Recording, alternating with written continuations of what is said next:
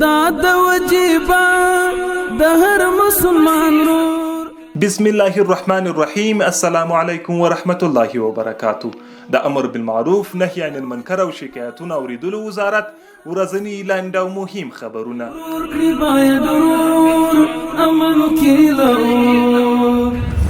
د امر بالمعروف وزارت اړوند د کابل ښاري ریاست د بیلابیلو حوزو محتسبینو د خپل ورځنیو کړنو په جریان کې د پلازمینې کابل پر لویو لارو د امیر المؤمنین حفظه الله او د امر بالمعروف وزارت د سپارښتنو د پلي کېدو په پار چک پوینټونه ترسره کړل. د دې چک پوینټونو پر مهال محتسبینو پر لاره له تېرېدونکو موټر چلوونکو وغوښتل چې د موسیقۍ له غږولو ډډه وکړي او د هغو کړنو له ترسره کولو ډډه وکړي چې د وزارت له پالیسۍ سره په ټکر کې وي.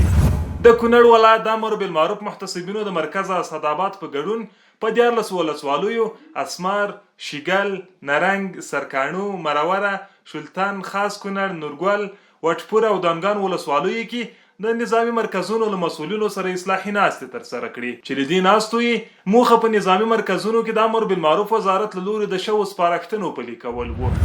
د کندهار ولایت د امر بالمعروف محتسبینو د خپل ورځنیو کړنو په جریان کې د اویا باب او جماعتونو له ملا امامانو سره په ټولنه کې د معروفاتو د اقامې او د منکراتو د مخنیوي په موخه ناستې ترسره کړي. په ورته وخت کې د یاد ولایت محتسبینو د 43 نظامی مرکزونو له مسؤلینو سره په بیلابیلو اصلاحي ناستو کې له هغوی وغوښتل چې د مشرانو اطاعت وکړي، په بیت المال کې له خیانت کولو ځان وساتي او د خلکو ستونزو ته پر وخت رسیدنه وکړي.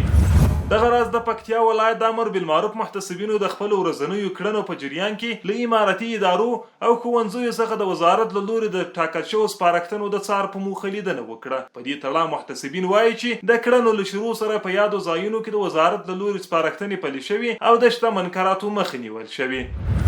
په ورته وخت کې د هلمند ولایت د 14 ولسوالیو د امر بالمعروف محتسبینو د خپل ورځنیو کړنو په جریان کې د اړوند ولسوالیو له ځایي خلکو سره د دعوت پر مهال له هغوی وغوښتل چې لمونځونه په جماعت سره ادا کړي او پر خپل اولادونو د عصري تعلیم ترڅنګ دیني زده کړې وکړي. دغه راز د یادو ولسوالیو محتسبینو د 12 جماعتونو له ملا امامانو سره په ناستو کې له هغوی وغوښتل چې خلکو ته د منبرونو له لارې د اسلام او عباداتو لومړني احکام ور وښیي او هغوی ته د حجاب او امر بالمعروف پر ارزښت خبرې وکړي. دل فتنو